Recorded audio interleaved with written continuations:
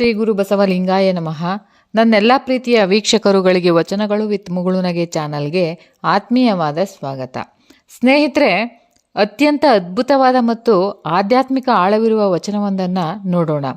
ಈ ವಚನದಲ್ಲಿ ಅಲ್ಲಮ್ಮ ಪ್ರಭುಗಳು ಮಾನವನ ಜೀವನವನ್ನು ಒಂದು ದೀಪಕ್ಕೆ ಹೋಲಿಸ್ತಾರೆ ನೋಡಿ. ದೀಪ ಉರಿಯಲು ಏನು ಬೇಕು?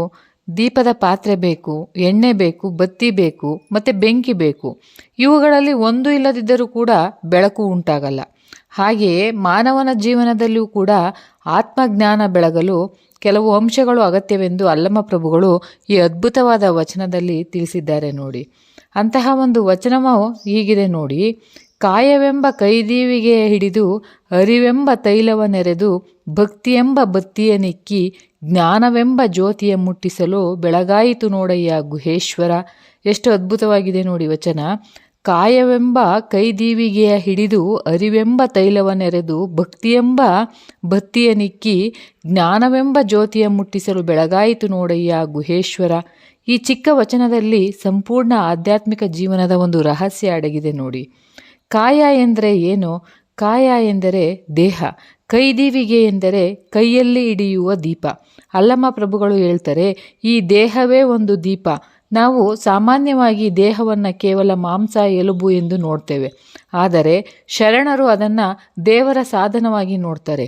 ಈ ದೇಹ ಇಲ್ಲದೆ ಭಕ್ತಿ ಸಾಧ್ಯವಿಲ್ಲ, ಈ ದೇಹ ಇಲ್ಲದೆ ಜ್ಞಾನ ಸಾಧ್ಯವಿಲ್ಲ, ಈ ದೇಹ ಇಲ್ಲದೆ ಸೇವೆ ಸಾಧ್ಯವಿಲ್ಲ. ಅದಕ್ಕಾಗಿಯೇ ಶರಣರು ದೇಹವನ್ನು ದೇವಾಲಯ ಅಂತ ಕರೀತಾರೆ. ಒಂದು ಉದಾಹರಣೆ ಹೇಳ್ಬೇಕಂದ್ರೆ, ಒಂದು ದೇವಾಲಯ ಎಷ್ಟು ಸುಂದರವಾಗಿದ್ದರೂ ಕೂಡ ಒಳಗೆ ದೇವರು ಇಲ್ಲದಿದ್ದರೆ ಅದು ಕೇವಲ ಕಟ್ಟಡ ಅಷ್ಟೇ.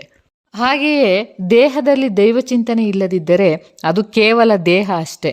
ಅದಕ್ಕಾಗಿ ಅಲ್ಲಮ್ಮ ಪ್ರಭುಗಳು ದೇಹವನ್ನು ದೀಪದ ಪಾತ್ರೆಯಾಗಿ ನೋಡ್ತಾರೆ. ಎರಡನೇ ಸಾಲಲ್ಲಿ ಅರಿವೆಂಬ ತೈಲ ಅಂತ ಹೇಳ್ತಾರೆ. ದೀಪ ಉರಿಯಲು ಎಣ್ಣೆ ಬೇಕು. ಇಲ್ಲಿ ಅರಿ ಅಂದರೆ ಅರಿವು, ಜಾಗೃತಿ, ಪ್ರಜ್ಞೆ, ವಿವೇಕ. ಅರಿವು ಇಲ್ಲದಿದ್ದರೆ ಮನುಷ್ಯ ಕತ್ತಲೆಯಲ್ಲೇ ಬದುಕ್ತಾನೆ. ಇಂದಿನ ಒಂದು ಮನುಷ್ಯನ ಸಮಸ್ಯೆ ಏನಂದರೆ, ಶಿಕ್ಷಣ ಇದೆ, ಹಣ ಇದೆ, ತಂತ್ರಜ್ಞಾನ ಇದೆ, ಆದರೆ ಅರಿವು ಕಡಿಮೆ. ಏನು ಶಾಶ್ವತ, ಏನು ಅಶಾಶ್ವತ, ಏನು ಸತ್ಯ, ಏನು ಮಿಥ್ಯ, ಇದರಲ್ಲಿ ಅರಿವೇ ಇಲ್ಲ. ಅದಕ್ಕಾಗಿ ಅಲ್ಲಮ್ಮ ಪ್ರಭುಗಳು ಹೇಳ್ತಾರೆ, ದೀಪದಲ್ಲಿ ಎಣ್ಣೆ ತುಂಬಿದಂತೆ ಜೀವನದಲ್ಲಿ ಅರಿವು ತುಂಬಬೇಕು. ಎಂಥ ಮಾತು ನೋಡಿ. ದೀಪದಲ್ಲಿ ಎಣ್ಣೆ ತುಂಬಿದಂತೆ ಜೀವನದಲ್ಲಿ ಅರಿವು ತುಂಬಬೇಕು. ಒಂದು ಎಕ್ಸಾಂಪಲ್ ಹೇಳೋದಾದರೆ, ಒಬ್ಬ ಕುರುಡನ ಕೈಯಲ್ಲಿ ದೊಡ್ಡ ದೀಪ ಕೊಟ್ಟರೂ ಅವನು ಬೆಳಕನ್ನು ನೋಡಲಾರ. ಹಾಗೆಯೇ ಅರಿವಿಲ್ಲದ ಮನುಷ್ಯನಿಗೆ ಎಷ್ಟೇ ಅವಕಾಶ ಕೊಟ್ಟರೂ ಕೂಡ ಜೀವನದ ಸತ್ಯ ಕಾಣುವುದಿಲ್ಲ. ನೆಕ್ಸ್ಟು, ದೀಪದಲ್ಲಿ ಎಣ್ಣೆ ಮಾತ್ರ ಇದ್ದರೆ ಸಾಕೆ? ಇಲ್ಲ, ದೀಪದಲ್ಲಿ ಬತ್ತಿನೂ ಕೂಡ ಬೇಕು. ಇಲ್ಲಿ ಬತ್ತಿ ಎಂದರೆ ಏನು? ಭಕ್ತಿ. ಭಕ್ತಿ ದೇವರ ಕಡೆ ನಮ್ಮನ್ನು ಕೊಂಡೊಯ್ಯುವ ಸೇತುವೆ. ನಿಜವಾದ ಭಕ್ತಿ ಎಂದರೆ ಭಯವಲ್ಲ, ವ್ಯಾಪಾರವಲ್ಲ, ಲಾಭಕ್ಕಾಗಿ ದೇವರನ್ನು ನೆನೆಯುವುದಲ್ಲ. ಸಂಪೂರ್ಣ ಸಮರ್ಪಣೆ, ಪ್ರೀತಿ, ವಿನಯ. ಭಕ್ತಿ ಇಲ್ಲದ ಜ್ಞಾನ. ಜ್ಞಾನ ಇದ್ದರೂ ಭಕ್ತಿ ಇಲ್ಲದಿದ್ದರೆ ಅಹಂಕಾರ ಬರುತ್ತೆ, ನನಗೆ ಎಲ್ಲ ಗೊತ್ತು ಎಂಬ ಭಾವನೆ ಬರುತ್ತೆ. ಆದ್ದರಿಂದ ಬೆಳಕು ಮೂಡುವುದಿಲ್ಲ. ಹಾಗಾಗಿ ಜ್ಞಾನವೆಂಬ ಜ್ಯೋತಿ. ಎಣ್ಣೆ ಇದೆ, ಬತ್ತಿ ಇದೆ, ಆದರೆ ಬೆಂಕಿ ಇಲ್ಲ. ಹಾಗಾದರೆ ದೀಪ ಬೆಳಗುತ್ತೆಯೇ? ಇಲ್ಲ ಅಲ್ವಾ? ಇಲ್ಲಿ ಜ್ಯೋತಿ ಎಂದರೆ ಜ್ಞಾನ. ಜ್ಞಾನ ಎಂದರೆ ಪುಸ್ತಕದ ಮಾಹಿತಿಯಲ್ಲ, ಆತ್ಮದ ಅನುಭವ. ತನ್ನನ್ನು ತಾನು ಅರಿತುಕೊಳ್ಳುವುದು, ನಾನು ಯಾರು ಎಂಬ ಪ್ರಶ್ನೆಗೆ ಉತ್ತರವನ್ನು ಕಂಡುಕೊಳ್ಳುವುದು. ಶರಣರ ಜ್ಞಾನ. ಶರಣರಿಗೆ ಜ್ಞಾನ ಎಂದರೆ ದೇವರು ಹೊರಗೆ ಇಲ್ಲ, ಒಳಗೆ ಇದ್ದಾನೆ. ಲಿಂಗ ಮತ್ತು ಅಂಗ ಒಂದೇ ಎಂಬ ಅನುಭವ. ಸುಮಾರು ಸಾವಿರಾರು ವರ್ಷಗಳ ಹಿಂದೆ ಮುಚ್ಚಿದ ಕೋಣೆಯ ಕತ್ತಲೆ ಒಂದು ಚಿಕ್ಕ ದೀಪ ಬೆಳಗಿಸಿದರೆ ಕ್ಷಣ ಮಾತ್ರದಲ್ಲಿ ಕತ್ತಲೆ ಮಾಯವಾಗುತ್ತೆ. ಹಾಗೆಯೇ ಜ್ಞಾನ ಬಂದರೆ ಅಜ್ಞಾನ ದೂರವಾಗುತ್ತೆ. ಬೆಳಗಾಯಿತು ನೋಡಯ್ಯ ಗುಹೇಶ್ವರ ಅಂತ ಕೊನೆ ಸಾಲಲ್ಲಿ ಹೇಳ್ತಾರೆ. ಇದು ವಚನದ ಒಂದು ಪರಮಾವಧಿ.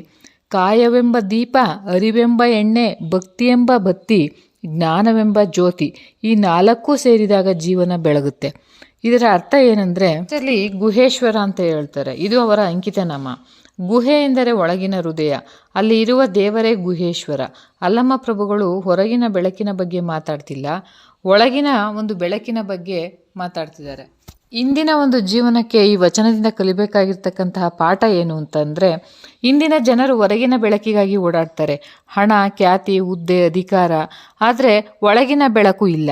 ಆದ್ದರಿಂದ ಶಾಂತಿನೂ ಕೂಡ ಇಲ್ಲ. ಅಲ್ಲಮ ಪ್ರಭುಗಳ ಸಂದೇಶ ಏನಂದರೆ, ನಿಮ್ಮೊಳಗೆ ದೀಪವನ್ನು ಬೆಳಗಿಸಿ, ಅರಿವು ತುಂಬಿ ಭಕ್ತಿಯನ್ನು ಬೆಳೆಸಿಕೊಳ್ಳಿ, ಜ್ಞಾನವನ್ನು ಪಡೆದುಕೊಳ್ಳಿ, ಆಗ ಜೀವನವೇ ಪ್ರಕಾಶಮಯವಾಗುತ್ತೆ ಅಂತ ಹೇಳ್ತಾ ಈ ವಚನ ನಮಗೆ 4 ಮಹತ್ವದ ಪಾಠವನ್ನು ಹೇಳುತ್ತೆ ನೋಡಿ. ದೇಹವೇ ದೀಪ, ಅರಿವೇ ಎಣ್ಣೆ, ಭಕ್ತಿಯೇ ಬತ್ತಿ, ಜ್ಞಾನವೇ ಜ್ಯೋತಿ. ಇವು 4 ಸೇರಿದಾಗ ಜೀವನ ಬೆಳಗುತ್ತೆ ಅಂತ ಹೇಳ್ತಾರೆ. ಅಲ್ಲಮ ಪ್ರಭುಗಳು ನಮಗೆ ಹೊರಗಿನ ಬೆಳಕಿಗಿಂತ ಒಳಗಿನ ಬೆಳಕಿನ ಮಹತ್ವವನ್ನ ತಿಳಿಸ್ತಾರೆ. ನಮ್ಮ ಜೀವನದಲ್ಲೂ ಕೂಡ ಜ್ಞಾನವನ್ನ ಬೆಳೆಸಿಕೊಂಡು ಗುಹೇಶ್ವರರ ಕೃಪೆಗೆ ಪಾತ್ರರಾಗೋಣ ಅಂತ ಹೇಳ್ತಾ, ಕಾಯವೆಂಬ ಕೈದೀವಿಗೆ ಹಿಡಿದು ಬೆಳಗಾಯಿತು ನೋಡಯ್ಯ ಗುಹೇಶ್ವರ. ಎಲ್ಲರಿಗೂ ಕೂಡ ಶರಣು ಶರಣಾರ್ಥಿಗಳು. ಮತ್ತೆ ಮುಂದಿನ ವಿಡಿಯೋದಲ್ಲಿ ಇನ್ನೂ ಹೆಚ್ಚಿನ ವಚನಗಳು